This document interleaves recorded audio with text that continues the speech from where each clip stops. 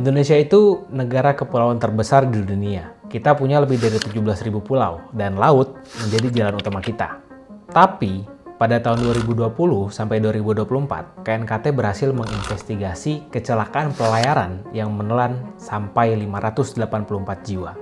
Saya Afta, kita akan bedah kenapa laut kita yang seluas ini, tapi belum tentu aman. Oke, jadi gini, di laut kita sering banget ketuker sama dua hal. Yang pertama, keamanan dan keselamatan. Kita ngomongin keselamatan dulu. Itu kita ngomongin gimana kapal jangan sampai tabrakan, jangan sampai tenggelam, dan jangan sampai kebakar. Kalau soal keamanan atau security, kita ngomongin gimana kapal itu jangan sampai jadi korban kejahatan, perompakan, maupun pembajakan. Dua-duanya itu udah diatur loh dalam Undang-Undang kita nomor 17 tahun 2008 tentang pelayaran. Masalahnya, aturannya udah ada, tapi masih bocor di mana-mana.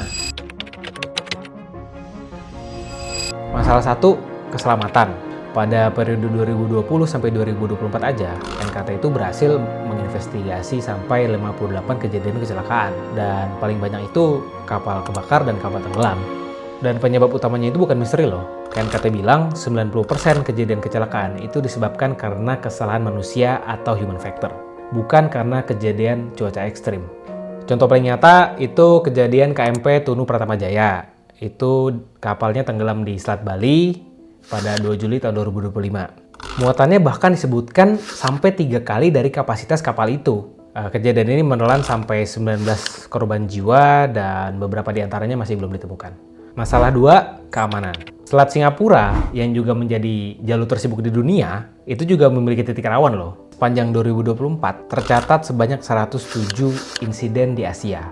Ini naik loh dari tahun sebelumnya, dan 61 diantaranya itu terjadi di Selat Singapura. Masalah 3, kelembagaan. Penjagaan laut kita itu tumpang tindih loh. Kita punya TNI AL, punya KKP, punya Bakamla, punya Polairut, dan punya Bea Cukai. Dan mereka itu jalan sendiri-sendiri. Bahkan Bakamla belum punya kewenangan penyidikan. Jadi kondisi kita ini kayak banyak sheriffnya, tapi nggak ada yang benar-benar in charge di hal tersebut. Jadi gimana kita benerinnya? Dalam studi kebijakan, ini disebut policy transfer atau transfer kebijakan. Policy transfer ini gimana kita ngambil praktik terbaik dari suatu negara tanpa kita copy paste plek-ketiplek untuk negara kita sendiri. Ada 5. 1. Tegakkan batas muatan dan manifest digital. Ini levelnya instrumen. Istilahnya second order change. Jadi kayak nguatin apa yang udah ada. Jadi basicnya kita kayak lesson drawing dari negara-negara port state yang kontrolnya ketat. Ya, ada timbangan kendaraan, lalu data penumpang real time, dan juga manifest secara elektronik. Ini dilakukan supaya syah bandar itu bisa nahan kapal overload sebelum lepas tali. Jadi bukan setelah kapalnya tenggelam. 2. Bangun budaya keselamatan. Tapi nambah alat doang nggak cukup. Karena 90% kejadian itu disebabkan karena human factor. Jadi perlu adanya pergeseran paradigma. Istilahnya itu third order change. Jadi pergeseran paradigma dari keselamatan itu sebagai formalitas menjadi keselamatan itu adalah budaya.